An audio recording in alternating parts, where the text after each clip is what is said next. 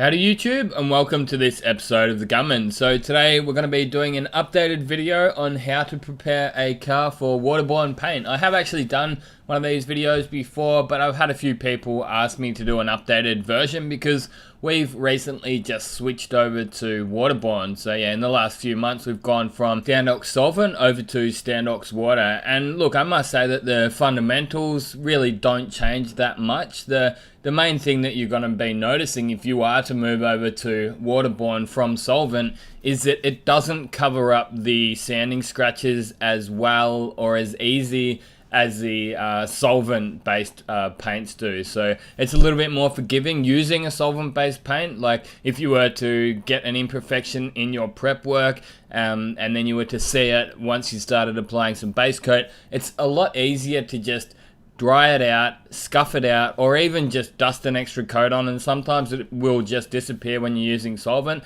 However, if you're using this water, it does take a little bit longer for the base coat to dry, and also you can have some pretty drastic changes in the colors from different application settings. So if you are to get an imperfection in your base coat, you really have to put your 1.5 heavy coats down and then wait for that to dry, and then put another 1.5 heavy coats down, which can be quite time consuming. Whereas with your solvent, you can just dust another coat on, it's dry within seconds, and it doesn't really slow you down as much. So basically, in saying that, I'm meaning to say that it's more important to get that prep work right the first time when you are spraying with this Waterborne system. So yeah, basically an extra 10 or 20 minutes in the workshop could possibly save you up to even an hour in the spray booth, which at the end of the day, like in a workshop like this, you really need to get in the booth and then get out, because there's always going to be somebody waiting behind you to go into the booth. So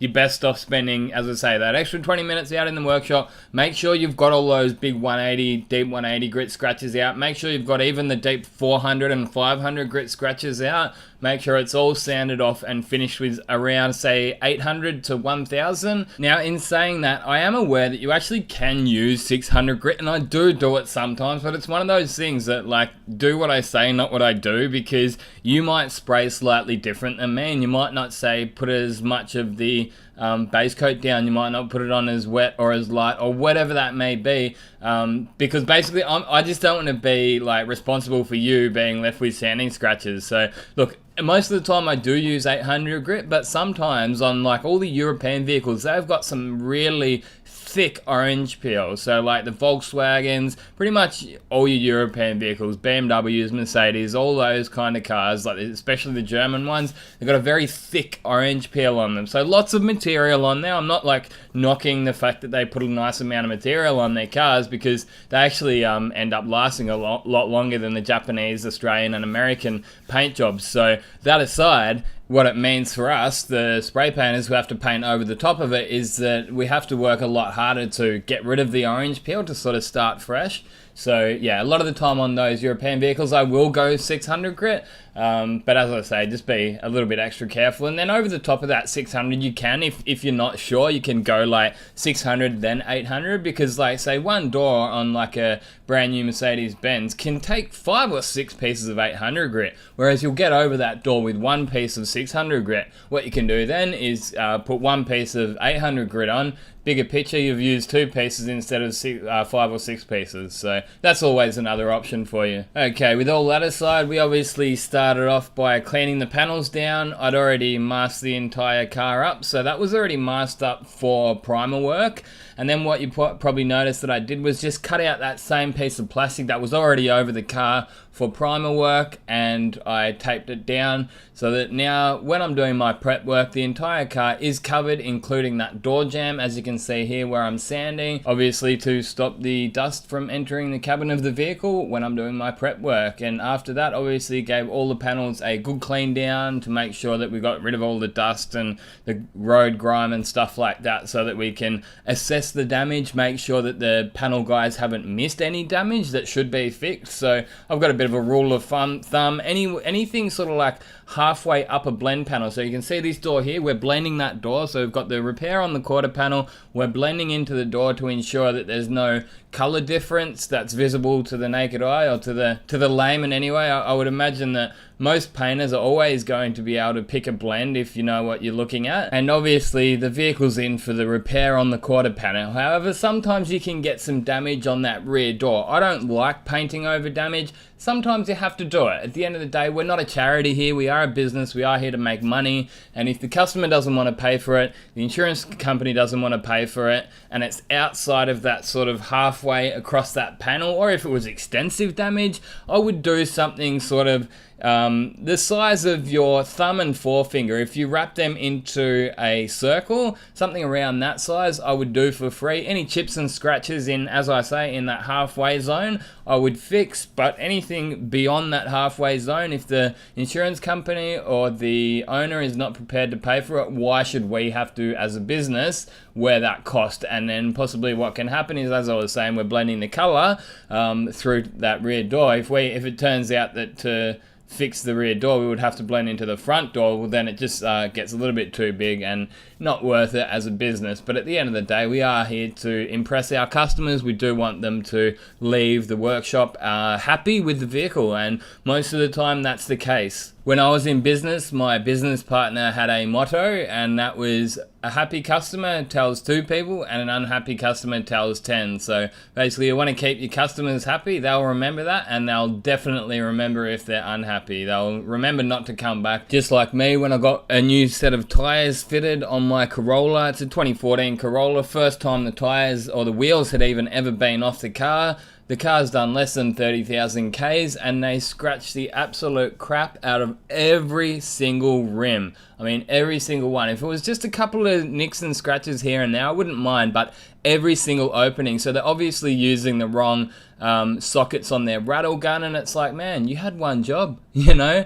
Like, you're charging me $500 and you're ruining every single one of my wheels, man. And I can tell you now, I remembered that. I will never go back there. And I told more than 5 of my friends. So if anyone ever asks me where they should get their tires done, I definitely tell them not to go there. And it's funny how they dealt with it too. It starts off on the phone, oh, no, stand by my workers. And, you know, they wouldn't do that. And then when I took the car down there, he goes, oh, it's so hard to find good workers. And it's like, make your mind up, man. You know, you just said that you'd stand by them, and now you're telling me that they're all a bunch of drongos and it's hard to find good ones. You know, come on, mate. Like, you're kind of contradicting yourself here. Sorry about that. I got a little bit off topic and went on to a bit of a coffee rant, as I do sometimes. So once I finished Orbital sanding down the blends, I'm doing the edges. And this is another thing that I've actually started using now, which I never used to. I'll be including a link in the description of where to find these, because every time I seem to use something new that I do like and recommend,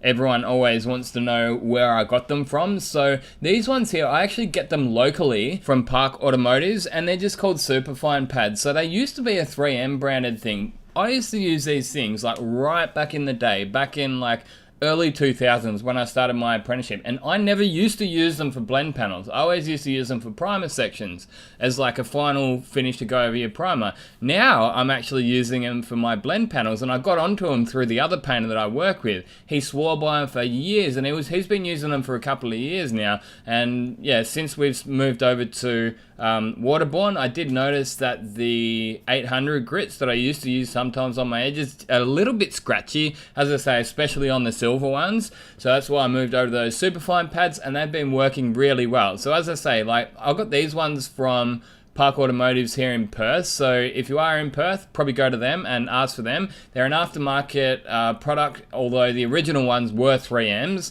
And I did actually find them on Spray Guns Direct website, and I'll be putting a link in the description to that. I've never actually used the ones from Spray Guns Direct, but I think I'll actually ask them for some, for a couple of their different grades, and I'll let you guys know what I think in future videos. Anyway, moving on with the job. So it's pretty much all ready to go now. All we've really got to do is get a little bit of 1K primer over the few cut throughs that we've got. So you can probably see there's a couple of very fine little cut throughs to bare metal and also to body filler. You don't really want to go and spray over that, and that's not like a Waterborne specific thing. Water or solvent, you really shouldn't be spraying over bare metal. Sometimes some people do it, they're naughty, but they shouldn't really do it. It's probably not really going to stick. Well, it's definitely not going to stick. So another thing worth thinking of, specifically when you're using the Stando Blue system, is trying to get the shade of the primer close as you can, as close as possible to the body of the car. So the primer that's on that quarter panel is probably a touch lighter than I would prefer, but I'd say it's close enough to get us through anyway. So what you see me using here is a suction fed spray gun with a bit of 1K primer in it. Now, Standox and Axalta and Chromax and all that, they've got these aerosol cans, and look, they get you through. Sometimes they're pretty handy, but on the other hand, they're pretty unreliable. Like, they can spray unevenly. They can leave you with like lines. It's sort of hard to explain. Like, this spray gun here is getting on nice and evenly. All this is going to need is a very light scuff with one of those superfine pads, which I was banging on about before, and then you're right to put your color straight over the top of it. But if I was to use one of the aerosol cans, yeah, you'd get this funny looking effect in the primer. So that's why I don't like using them. So that's why I've obviously gone and got a couple of guns with some 1K primer in it. So I do prefer to use these suction fed spray guns when I'm using any 1K materials. That way you can leave it in the gun and it doesn't gunk up through the passage of the gun itself. The worst thing that's going to happen is it's going to settle down to the bottom of the spray gun, and then you'll have to take that the top of the spray gun off, and then you just give the pot inside a stir, and you're usually pretty right to go. So yeah, less wear and tear and less cleanup on your spray gun if you do use the suction fed spray guns. And being that you've put such a light coat on, you're only really going to need to give it a few minutes. Again, that's going to depend on the weather in your local area. In the middle of winter, sometimes even for something this size,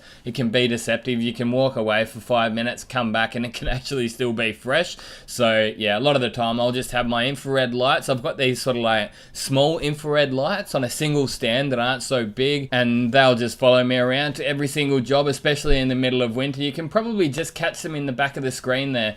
If you, yeah, there they are with that little orange set of lights on it. And then I've also got the UV curing light for sort of larger repairs. So if this dog leg here had gone right back through to a big patch of body filler, I probably would have gone for the UV cured primer, because it just goes rock hard. It's got better filling capabilities, it's thicker, and it also does still dry nice and quickly. So what you just saw me doing there is removing some of the excess body filler with a razor blade. So what can happen, and I've seen it so many times, like one too many times over the years, is people just make an absolute mess out of a small stone chip. And I've seen it like on bonnets specifically, like bonnets that have been pretty well peppered in stone chips. And then what people will do is just like lay that body filler in, but then because it has to be a little bit raised or else you're not going to fill the chip in properly.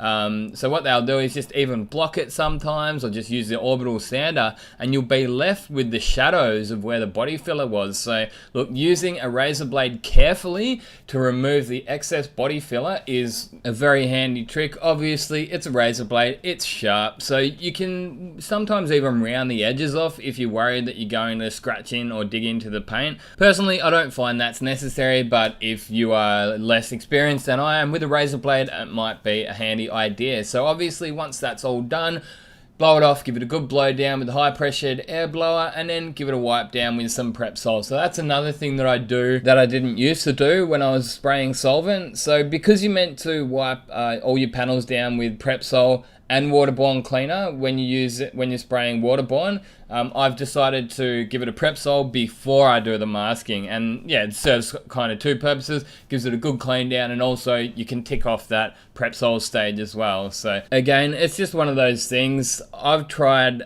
probably thousands of different tweaks to my prep methods, and I enjoy prep work. I do actually enjoy every step of this trade. It's not like I just enjoy spraying or I just enjoy masking or anything like that. I do enjoy the entire procedure, and I've tried so many different ways, and this is just what I've found that works for me. I find it a pretty fast and efficient way of prepping a vehicle up. Now if you do it slightly different, that's fine. I don't need you to do it exactly the same way as me. I'm just showing you how I do it, and if you think that you can pick one or two things out, or even just try it, try something that I do. If you like it, add it to your bag of tricks, but have the rest of it a little bit different, and that's totally fine. Find what works for you and do it at the end of the day. So yeah, look, you shouldn't have to take forever to do a good job. That's one thing I wanted to make a quick mention to before we do end this video off. You can still do a good quality prep job without taking forever. So yeah, that's about it for this video. We're just about to wrap it up. So on this job, I did actually have to spray a front and rear bumper cover, and I'll give you guys a look at the job once it's all finished off in a minute here.